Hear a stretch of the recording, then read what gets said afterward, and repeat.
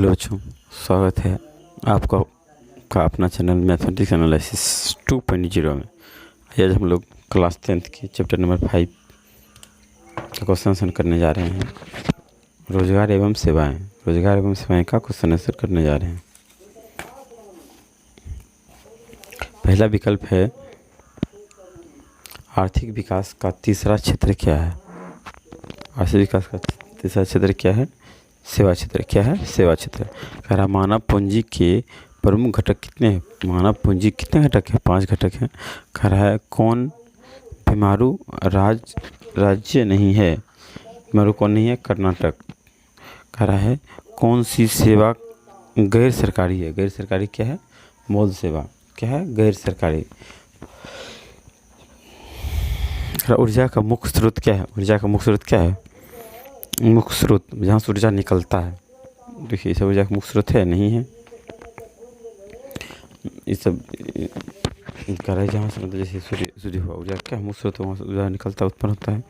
चलो उत्तरीय प्रश्न कह रहा है आउटसोर्सिंग किसे कहते हैं? आइए हम लोग इसके बारे में देखते हैं।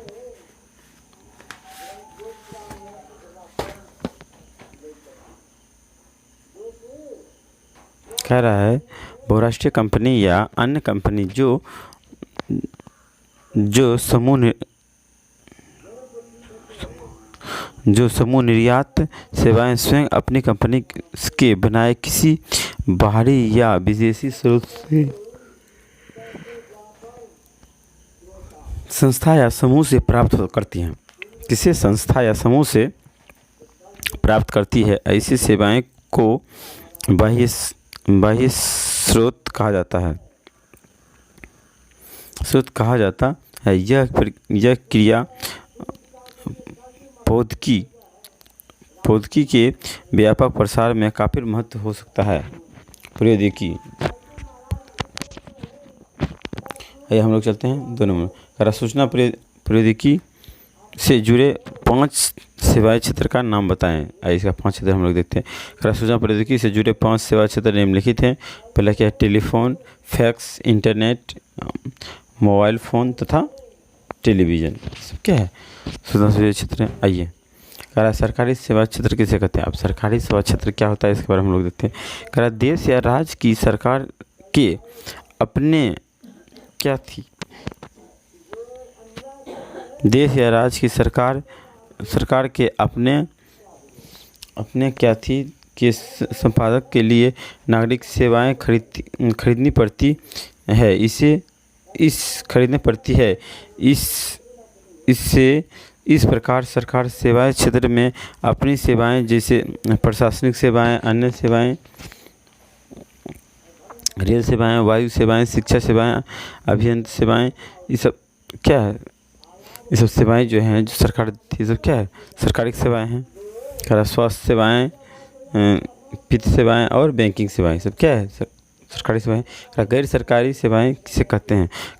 सरकारी सेवाएं से अलग सेवाएं आम नागरिक द्वारा खरीदी जाती है, वे गैर सरकारी सेवाएं कहलाती है। कृषि क्षेत्र में काम करना पूर्णतः गैर सरकारी सेवाएं है। इस प्रकार निजी कल कारखानों में काम करना तथा स्वयं रोजगार चलाना इत्यादि सब गैर सरकारी संस्थाएं है। बस, ट्रक, टैक्सी जैसी यातायात सेवाएं तथा किसी डॉक्टर द्वारा निजी क्लिनिक चलाना, ये सब क्या है? ये सब गैर सरकारी संस्था है।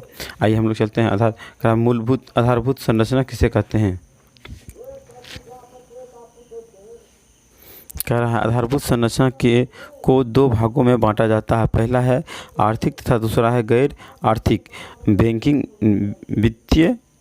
वित्तीय, ऊर्जा, यातायात, संचार, ये सब क्या है? आर्थिक है। आइए गैर आर्थिक आधारभूत संरचना में 3 क्षेत्र होते हैं। इसमें कौन क्षेत्र है? शिक्षा, नागरिक सेवाएं और स्वास्थ्य। ये सब क्या है? गैर आर्थिक का 3 सेवाएं हैं। आइए हम लोग अगला क्वेश्चन चलते हैं। कह रहा है रोजगार और सेवाएं से में क्या संबंध है? रोजगार से तात्पर्य वैसे काम से है जिसे कई व्यक्ति अपना पूंजी या बैंक में ऋण लेकर चलाता है। रोजगार से यह निश्चित नहीं है कि आप प्राप्त होगी हो कारण कि इसमें कभी कभी घटा कारण की हो सकता है होगी हो सकता है सो को ताकता हो सकता है कि इसमें कभी कभी घाटा भी उठाना पड़ता है। किसी सरकारी या गैर सरकारी संस्थाएं में काम करके आय प्राप्त करना सेवा है। सेवा में आय निश्चित होती है जिसमें घाटा की कोई आशंका नहीं। मतलब हम सरकारी जॉब कर रहे हैं, हमको कभी घाटा लग सकता है नहीं, लेकिन क्योंकि सरकार पैसा देगी, हमको टेंशन नहीं है, फ्री है। अब देखो कोई इसके ही प्राइवेट सेक्टर में काम करे क्या हमको सरकार जिसके यहाँ काम करे तो पैसा दे, उसमें घाटा लेकिन घाटा टेंशन है नहीं है। लेकिन अपना बिजनेस में आदमी को घाटा टेंशन होता है। कह रहा है जब हम अपना बिजनेस करेंगे तो उसमें क्या होगा, हमको घाटा लगने का टेंशन हो सकता है। कह रहा आर्थिक संरचना से क्या महत्व है। जिन संरचनाओं से देश के आर्थिक विकास में सहायता मिलती है उसे आर्थिक संरचना कहते हैं। इस क्षेत्र में वित्तीय संस्थाओं का आर्थिक महत्व है। बैंकिंग सेवाएं इसमें सबसे ऊपर है। इसके अलावा राष्ट्रीय तथा राज्य स्तरीय वित्त निगम है। इन सब में केंद्र में RBI स्थान सर्वोपरि है। यह सभी आर्थिक संरचना है।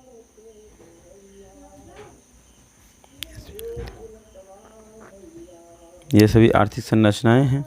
ठीक है, आइए आगे। एक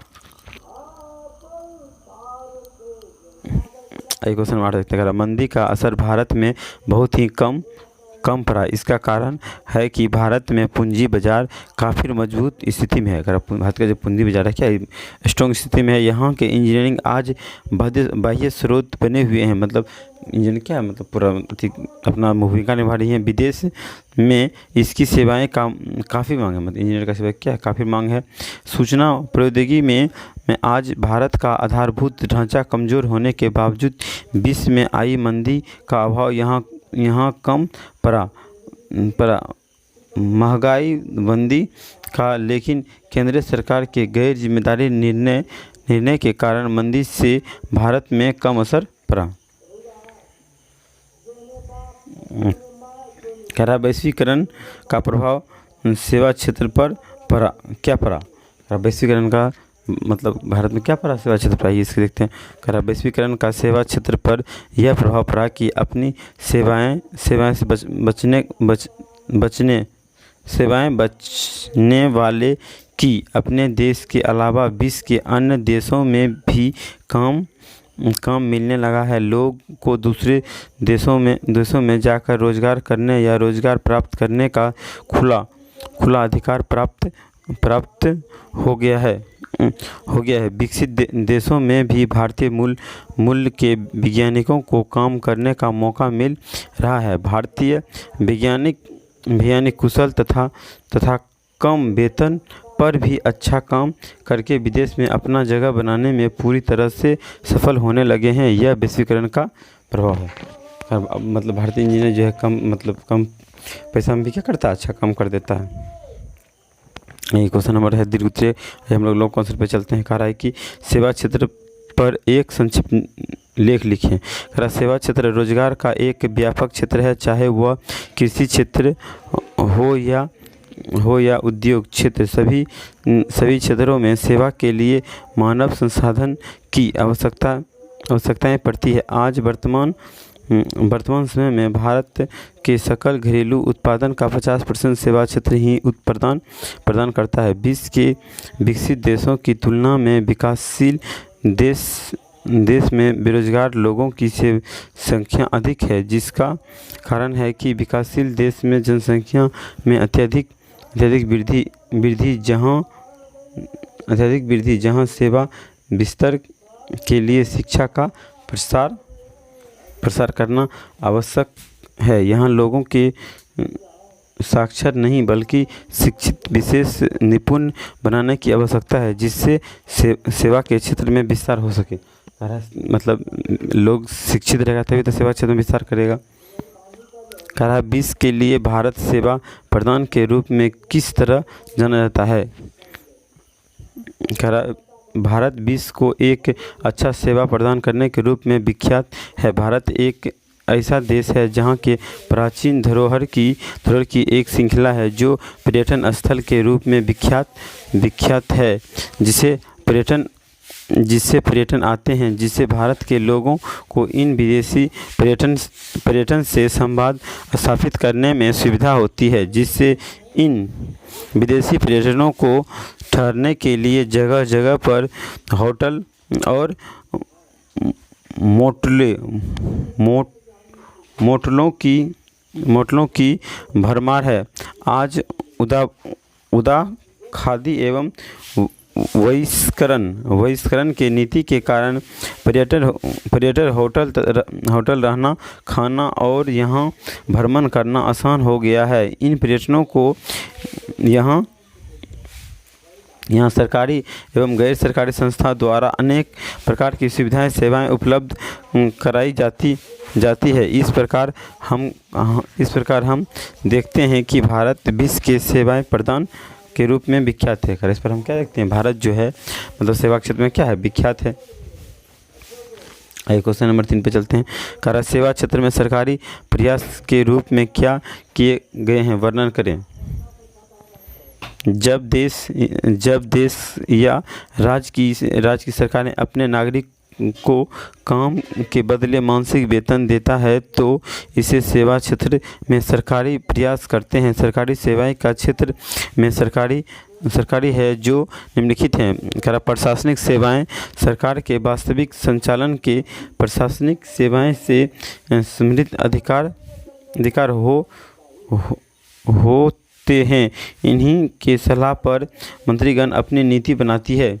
सेवा क्षेत्र सैन्य सेवा को तीन भागों में बांटा गया है। स्थल सेना,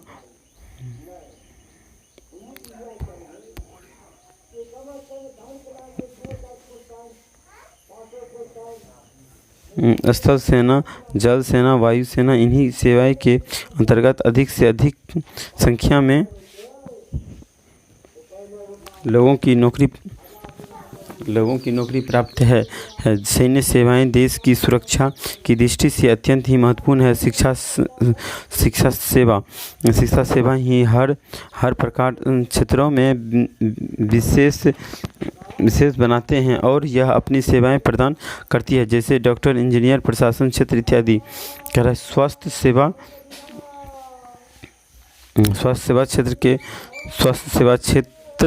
के क्षेत्रों में आज स्वास्थ्य सेवा भी अत्यधिक महत्वपूर्ण हो गया है, जो गांव के प्राथमिक चिकित्सा ब्लॉक स्तर पर, रेफरल अस्पताल, जिला अस्पताल तथा राज्य स्तर पर भी अनेक प्रकार की अस्पताल की स्थापना की गई है, जिससे यहाँ के नागरिक को स्वास्थ्य सेवाएं आसानी से उपलब्ध कराई जा रही है। मतलब हर प्रकार क्या हुआ, इतना सुविधा मिल रहा है कि आपको किसी प्रकार के मेडिकल में दिक्कत नहीं होगा। आइए अगला क्वेश्चन देखते हैं। गैर सरकारी संस्था किस प्रकार के सेवाएं के विकास में सहायक करती है, उदाहरण दें। गैर सरकारी संस्थाएं भी अनेक प्रकार के सेवाएं प्रदान करके विकास में सहयोग प्रदान करती है। सेवाएं निम्नलिखित है। दूरसंचार अब देखिए दूरसंचार सेवाएं में सरकारी विभाग में तो काम करता ही है, लेकिन इस क्षेत्र में गैर सरकारी संस्थाएं के आ जाने से दूरसंचार बहुत ही सस्ता हो गई है, जैसे BSNL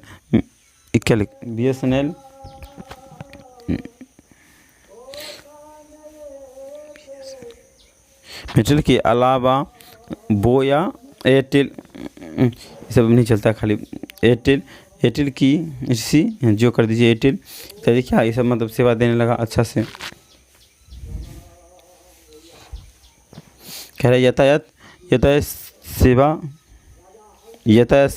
मतलब कहीं जा रहे हैं इसके लिए यातायात सेवा कर रहे। यातायात सेवा में तो सरकार का चित्रकार हो प्राप्त या, लेकिन गैर सरकारी संस्थाएं भी इस क्षेत्र में आने के कारण विकास की गति और तेज़ी हो गई है, जैसे बस, टैक्सी, नौकाएं इत्यादि।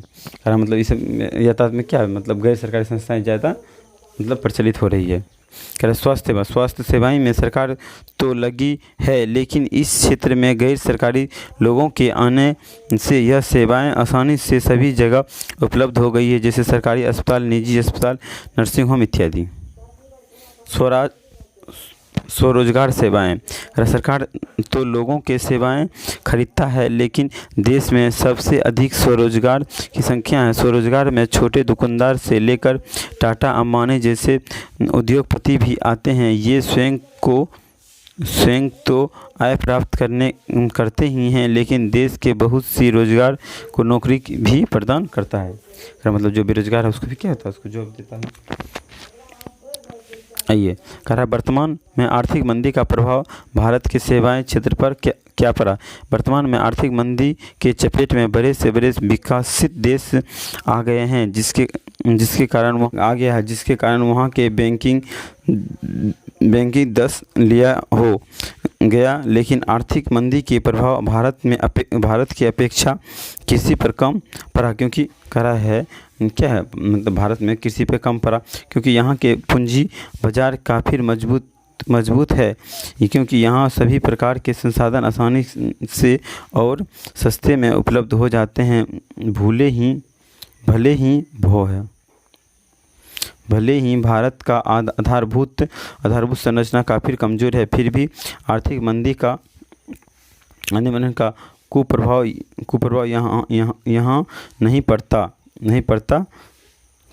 यहाँ नहीं पड़ा।